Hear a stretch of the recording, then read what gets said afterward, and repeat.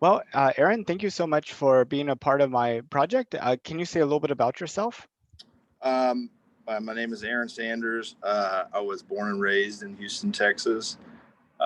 For a living, I work for a company that makes explosive and drug detectors for military and law enforcement. So I do a lot of mechanical and industrial design work, and I'm an arcade hobbyist. I know one of your other interviewees, Mark Shields, very well. He's one of my best friends, and yeah, that's kind of me in a nutshell.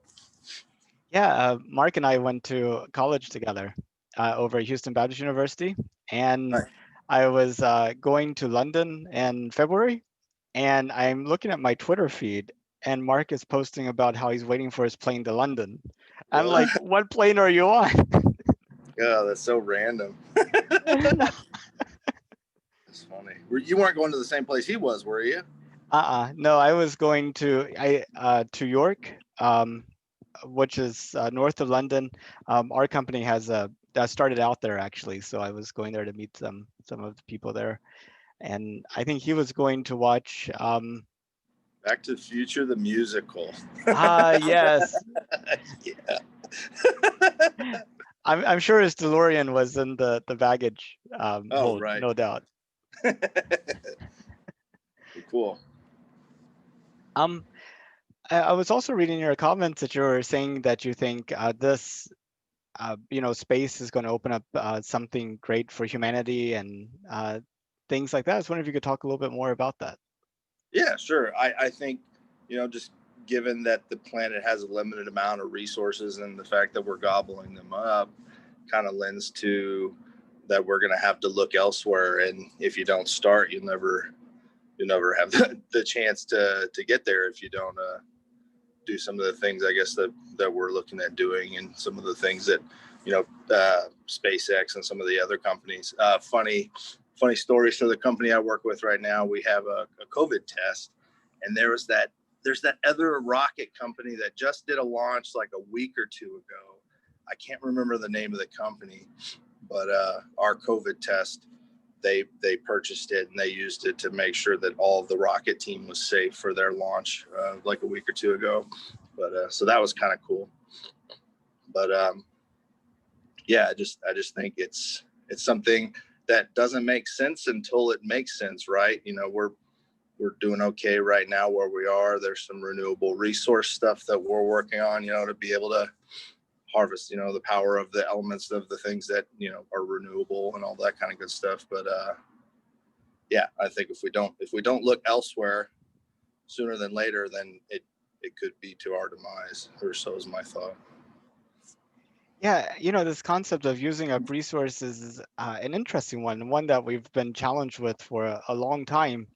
But if you look at biological ecosystems, the same molecules are simply being reused through those ecosystems over and over and over again. The carbon in the air goes into the plant, which is the carbon for the animal, which they decompose and becomes fertilizer, and on and on. I mean, the phosphorus, the nitrogen, Oh, um, right.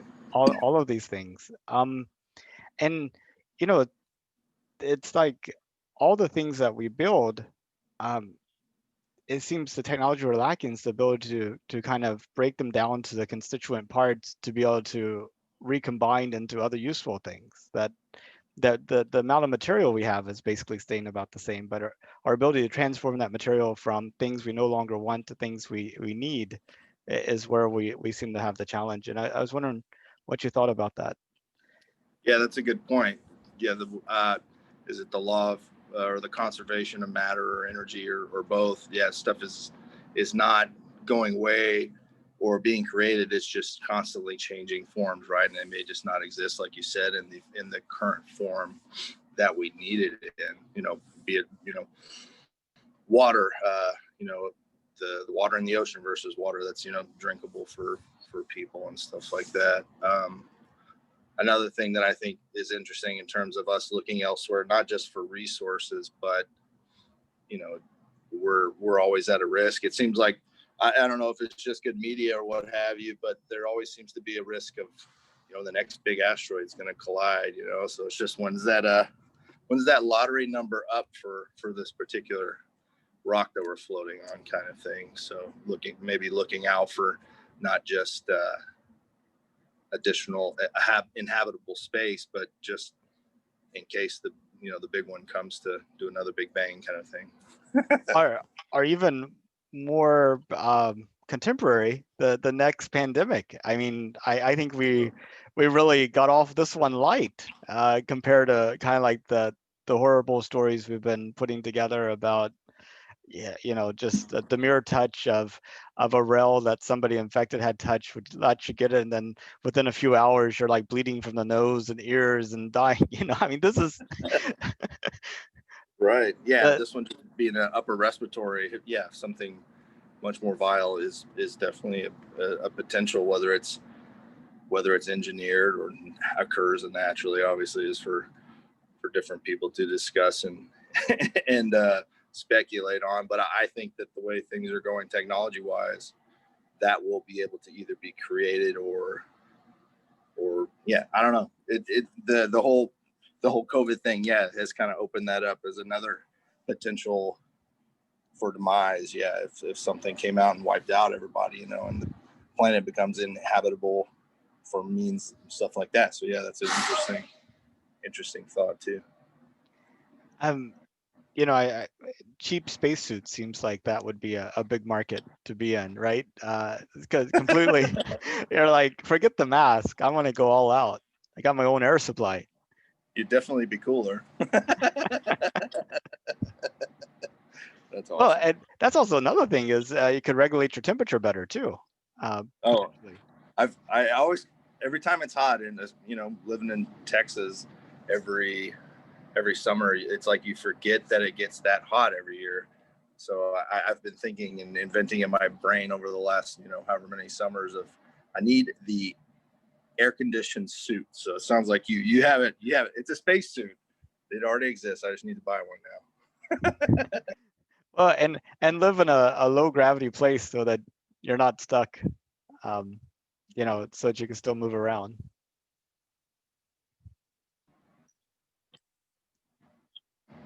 Yeah, and also, am I stuck? Oh, you're back, I think. Okay. Okay. Yeah, you also need to live in a low gravity place so that you're not like feeling like you're in iron or an exoskeleton. You need that, so it's easy to. I after all this COVID eating, yeah, I could go for a low gravity atmosphere where I weigh less. So when did you find out that we were planning to send astronauts to the moon in 2024? To be honest, I think it was when Mark had posted on his Facebook his video of you interviewing him about it. I think that's when I found out about it. That's true with most of the non-space people I've talked to. I mean, the people that aren't actually like space cadets like myself are are in the industry. But if you look at NASA's social media feed, they're like promoting it all the time and on their website. It was even mentioned in the State of the Union address. Of course, it was one of 1,000 things mentioned in the State of the Union address, so no doubt. But what would NASA need to do to kind of get the word out wider? I think it would be, so since I found you guys via Facebook on my friend and via my friends, I guess it would be more advertising in more of those mainstream channels on social media. Because I think outside of social media, I don't consume a whole lot of regular news just by my own choosing, I guess.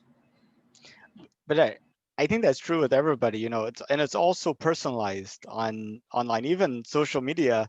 You don't see everything your friends share. You kind of see the things that it thinks you might be interested of, the things that your friends share. Yeah. So I mean, I guess Mark, for example, since like I said, he's one of my best friends. The algorithm's showing me his post, so there was a chance that I would have never even seen that post that he posted, and then I wouldn't even have known. So, yeah, that's definitely an issue for them. Yeah, and what do you think about it? Is it a good thing, bad thing, wrong timing?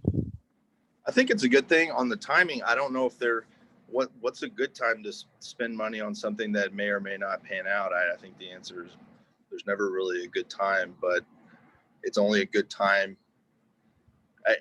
like after the fact, but obviously we want the hindsight of being able to say, wow, I'm glad we did that when we did that, because otherwise we would have not existed anymore or something. But so timing, I guess, is kind of irrelevant in that fact. You're never going to please everybody with when you do it, but we just have to, whoever's footing the bill, if they decide it's a good time, then let's do it. But if I was my choice, I would say sooner rather than later. And there's a lot of people that say, why are we sending astronauts to the moon whenever we have poverty here on Earth and, global climate change and a whole bunch of other things? How do you sort of address that issue? I don't know if there's ever a chance that we could spend enough time and money to solve all of those problems indefinitely.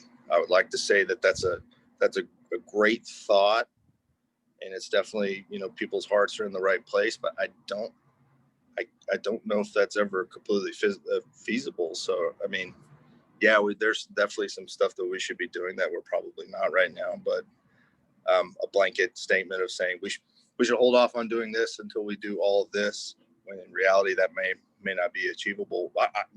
Either one of these missions might not be achievable, whether it's solving poverty and world hunger or going and setting up a space base somewhere. So I don't know. I guess it just depends on maybe if people are really worried about it, just say it with your vote. I guess all I could say on that. Or say with your time and energy and money. I mean, at the end of the day, time and money don't actually solve problems. It's people that end up solving problems. Right. Yeah, that's definitely true. Time and money absolutely help, but it is people at the end of the day. Yes, you are correct. Yeah, because I think about like some kings from 100 years ago or stuff. They could spend all they want to on trying to go to the moon, and it really wouldn't make much difference without. Oh, right. One interesting thing I think about space travel is, as with a lot of technology, or maybe all technology, is somebody has to have the thought first. It starts with the thought, and then it goes from there. To your point of it being all about people and not about money and time so much, it has to start out in somebody's head, whether it's a dream or a thought or what have you. But yeah, it starts with thinking it, and then applying time and money to go achieve it, I guess. Yeah, that flash of insight or that gut feeling that people come up with, and they actually develop it into something. Right. I always think about stuff like Star Trek and Star Wars and some of the things that seem kind of implausible at the time, which just kind of gives them that, kind of coolness factor. And then, some things end up being more realistic, whether I think there was something about like the Millennium Falcon had like that blue light, I guess was like it was just a cool propulsion looking thing. But I think that ended up being, something like plasma propulsion or something like that, kind of has that blue hue to it or something, if I'm not mistaken. Yeah. And if it was safe and affordable, would you go to space? I wouldn't be the first, but yes, if it was safe and affordable, absolutely. What's the most risky thing you've done? The riskiest thing I've done, I guess it would be, it pales in comparison. I was, in a career doing okay, out of college, and then I switched careers and disciplines, basically going from banking to engineering and taking a huge pay cut. So that was probably the most risky thing I've done. But since I was young, I had time to recover. So I guess maybe not so risky. I mean, it's better than the alternative of just feeling like you're stuck in a career path just because That's where I was. Where you are. Yeah. And then I guess the only other kind of risky thing was so Mark will appreciate this, was getting into the arcade hobby.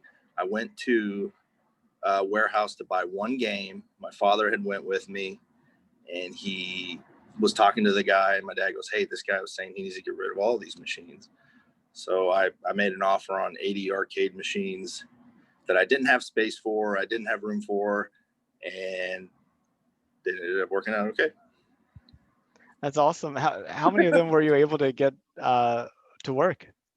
Oh man, probably at this point, so that's been a few years. Probably half to 3/4 of them, and then I guess the rest of them, I, be either parted out or sold or and traded. It's kind of like all of a sudden getting a bunch of trading cards, and then you could, trade them out with your friends and stuff and get what you want. Yeah, I went to Mark's house about a year and a half ago, 2 years ago, and it's just like every single room is stuffed with arcade game. I mean, I have yet to see an arcade that actually has the same diversity and mechs and density of games like ever. Like And in his house, yeah. in his house, yeah. He's got the setup. All he has to do is like advertise a little and have a line, and people play. And that's been terrible for us this year with COVID and everything, but hopefully soon with the vaccine out and everything, people will be getting together and enjoying arcades again. Yeah, that'd be great. Well, Aaron, I really appreciate your time. Is there anything that you wanted to talk about that we didn't get to?